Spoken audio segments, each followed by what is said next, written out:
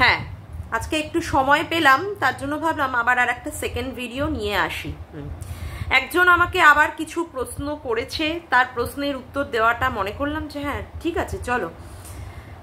সে প্রথমে আমাকে প্রশ্ন করাতে আমি তারও উত্তর দিয়েছি, এখনো সে প্রশ্ন করছে, তাকেও সেই উত্তরগুলো দেবো অবশ্যই। রুনাকে, মানে রুনাদিকে, অবশ্যই রুনা নয়, সে আমার থেকে যথেষ্ট বয়সে বড়, রুনাদিকেই আমি উত্তরগুলো দেব। প্রথমেই যেই কথাটা আজকে ও বলেছে সেই কথাটা হচ্ছে কি, যে ও প্রথমেই যেটা দিয়ে শুরু করলো যে ওর কাছে সেরকম কোনো আমার করা কোনো মেসেজ আসেনি। হয়তো বা সেটা ইউটিউবের কোনো একটা প্রবলেম হতে পারে, বা ও হয়তো আমাকে নিজে থেকে ব্লক করে রেখেছে। ভিডিওটা চলতে চলতে লাস্ট পজিশনে গিয়ে আমাকে অনেকগুলো ক্ল্যারিফাই করেছে, সেখানে ও বলেছে যে হ্যাঁ ও আমাকে ব্লক করে রেখেছে, তার জন্য আমার করা মেসেজ ওর কাছে যায়নি, যেখানে আমি ওর ছেলের শুভেচ্ছা বার্তা দিয়েছি, জন্মদিনের উইশ করেছি।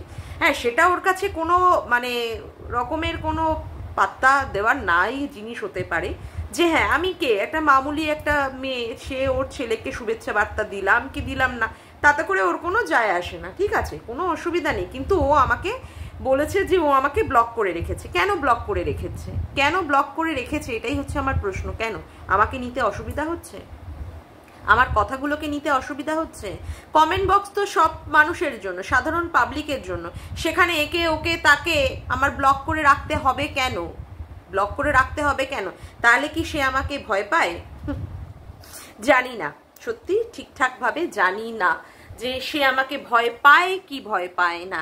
আচ্ছা, এবার আসি, সে যে কথাগুলো বলেছে, সে বলেছে যে সে মাতাল বলেনি, বোতলেশ্বরী বলেছে।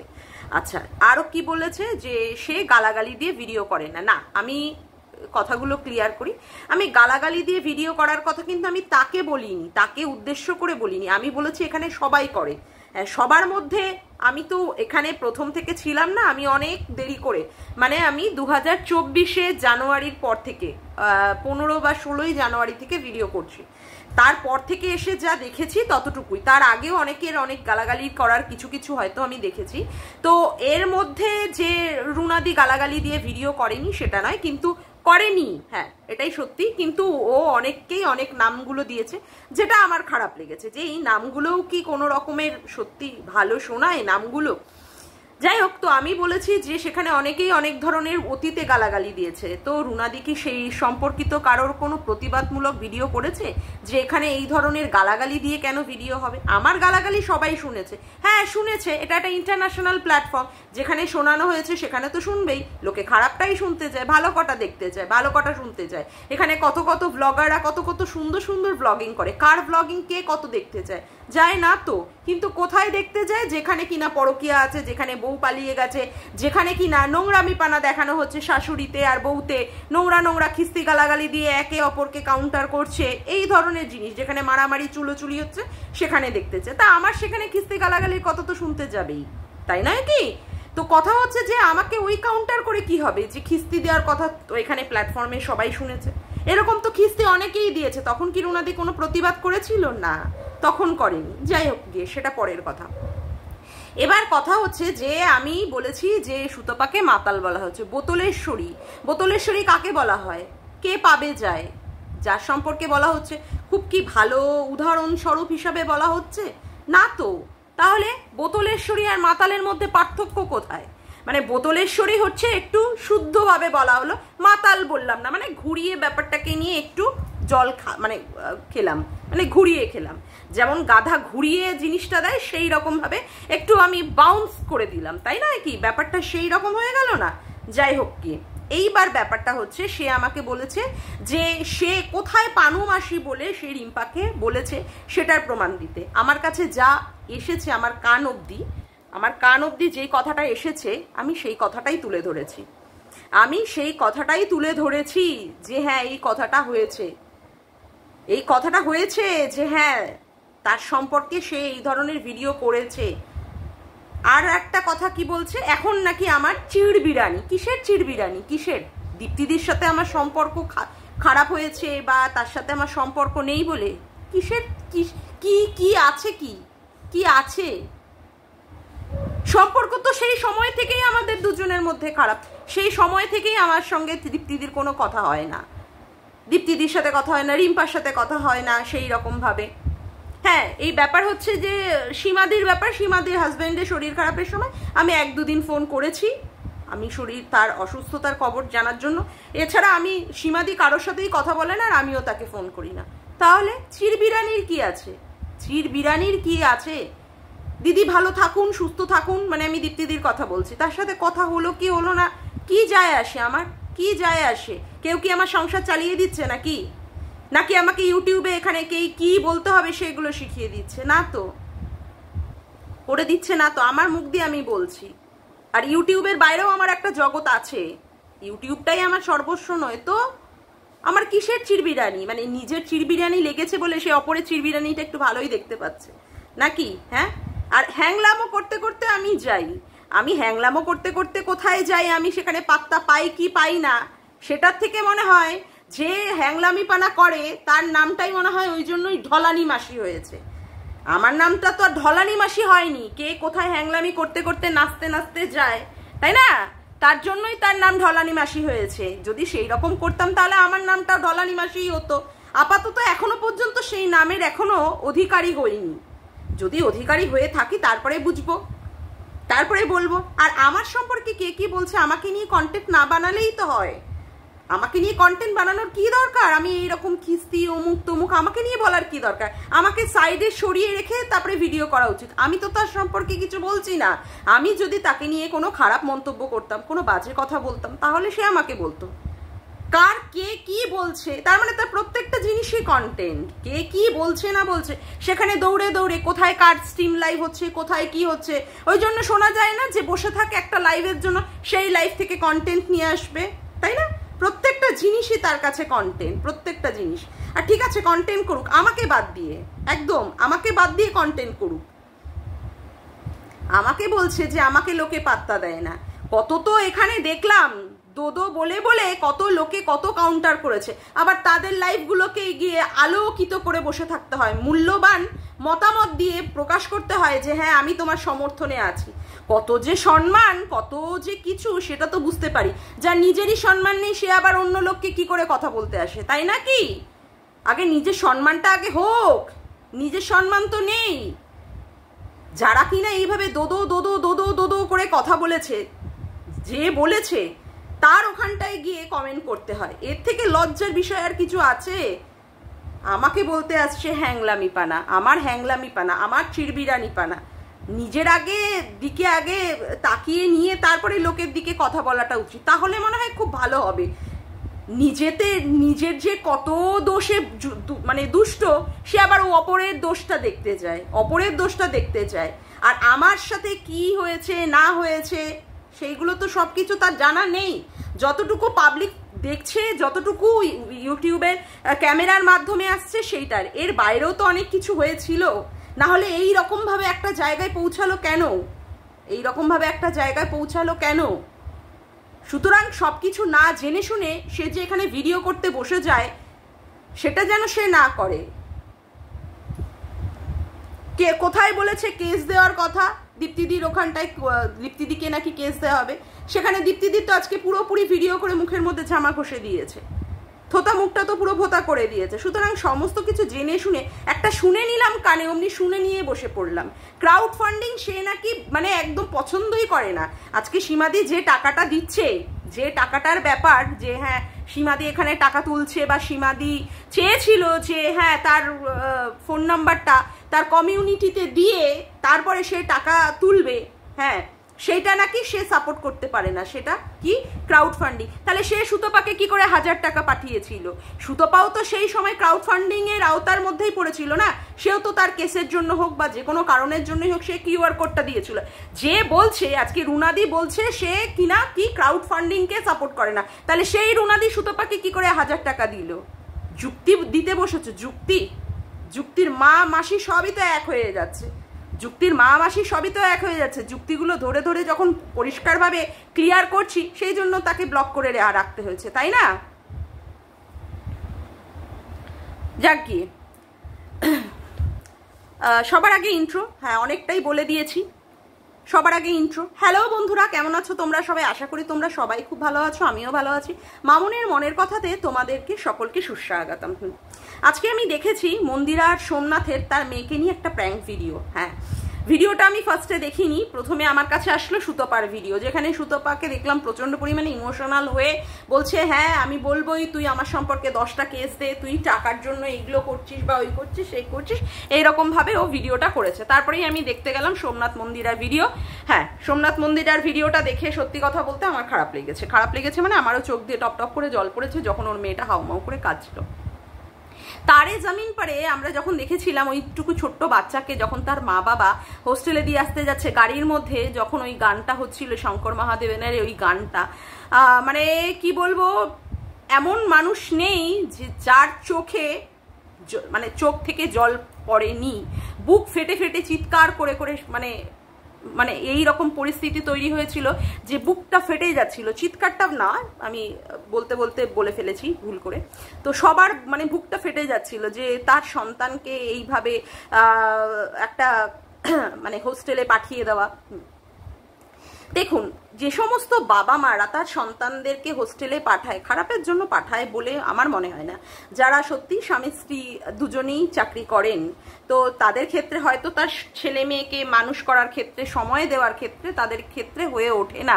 তখন বাবা মা কি চান যে হ্যাঁ আমার ছেলে মেয়েরা যাতে করে একটা ভালো পরিবেশ থেকে মানুষ হোক, সেখানে ভালো মতো করে শিক্ষাটা পাক, তাতে করে তাদের মানে ছেলে মেয়ের ভবিষ্যৎটা উজ্জ্বল হোক। হ্যাঁ, কিন্তু সত্যি যাদের সন্তানদের পাঠানো হয় সেই সমস্ত সন্তানদেরও বা তার বাবা মায়েরও মনের ওপরে প্রচন্ড পরিমাণে একটা খারাপ লাগে। এটা তো স্বাভাবিক কথা, সন্তানকে মানে কে দেওয়া, কোনো হোস্টেলে দেওয়া, অমুক করা বাবা মায়ের ক্ষেত্রে সত্যিই কষ্টকর ব্যাপার।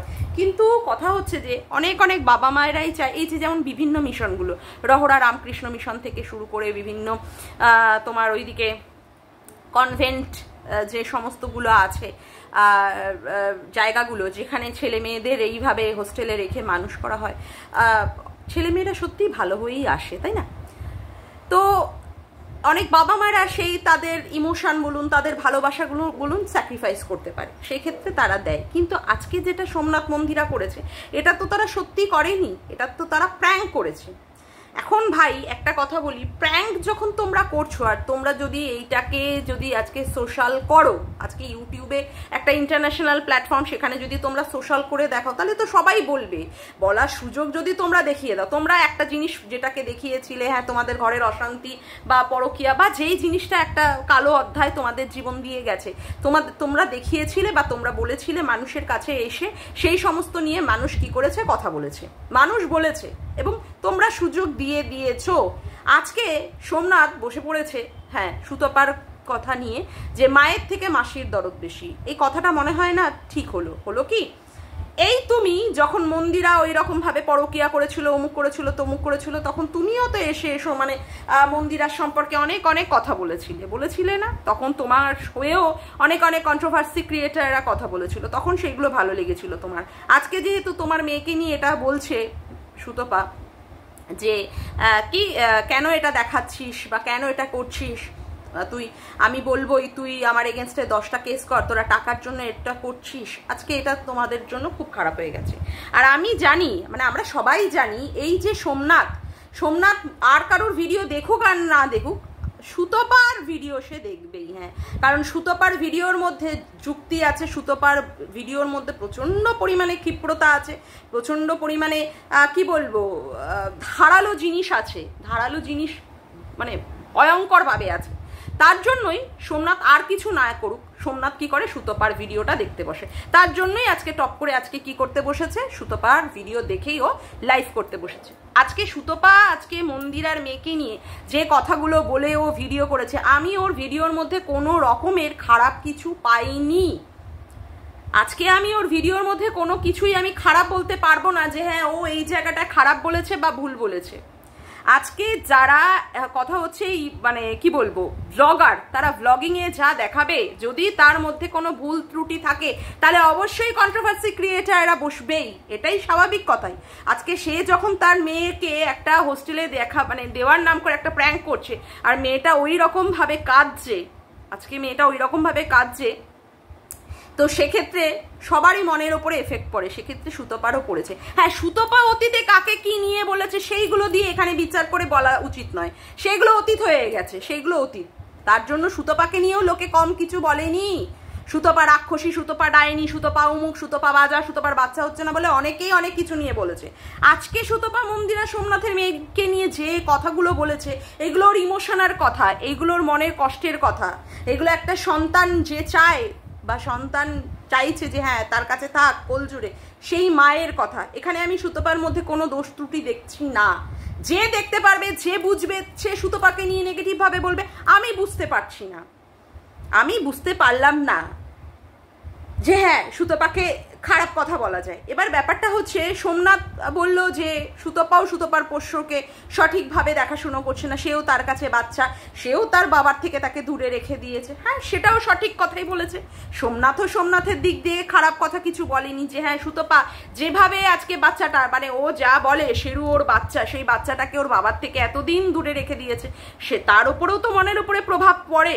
এটা তো স্বাভাবিক কথা। তারা মুখ দিয়ে বলতে পারে না অবলাজি, তাই বলে কি তাদের ভেতরে কোনো ইমোশন কাজ করে না, তাদের মধ্যে কোনো দুঃখ কাজ করে না? যদি বা না কাজ করতো, রতন টাটা মারা যাওয়ার সাথে সাথেই তার পোষ্যটাও 3-4 দিনের মধ্যে মারা যেত না।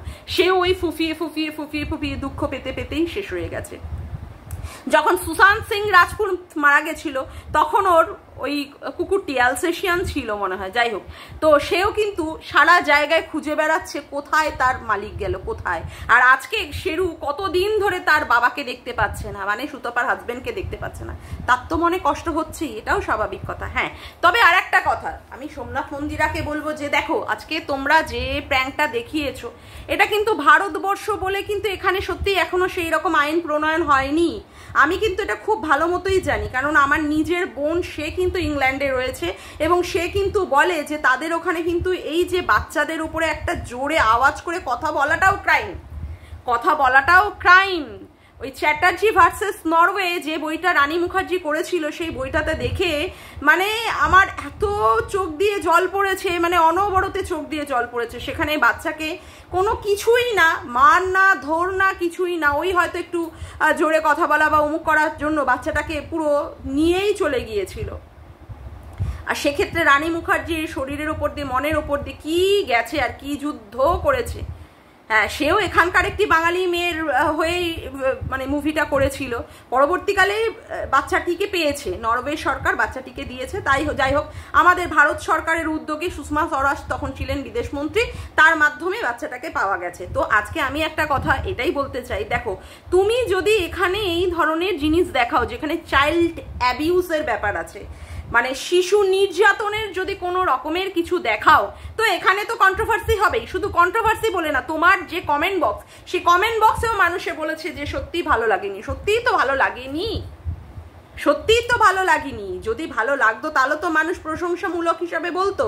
আজকে সুতপার কথাটা গায়ে লেগে যাচ্ছে, কিন্তু আজকে যদি কমেন্ট বক্সটাও খুলে দেখো, সেখানেও তো মানুষ বলেছে। হ্যাঁ, তোমরা এখন বলছো যে কিভাবে তোমরা বাচ্চা মানুষ করবে সেটা আমাদের বলে দেওয়ার কথা। তোমরা টাইম ম্যানেজমেন্ট করো, কোন টাইমে কোন সময় তোমরা কি কি করবে। হ্যাঁ, তোমরা বড় ব্লগার, তোমরা বিজনেস করো, তার সাথে সোমনাথও শুনলাম আর একটা চ্যানেল খুলেছে।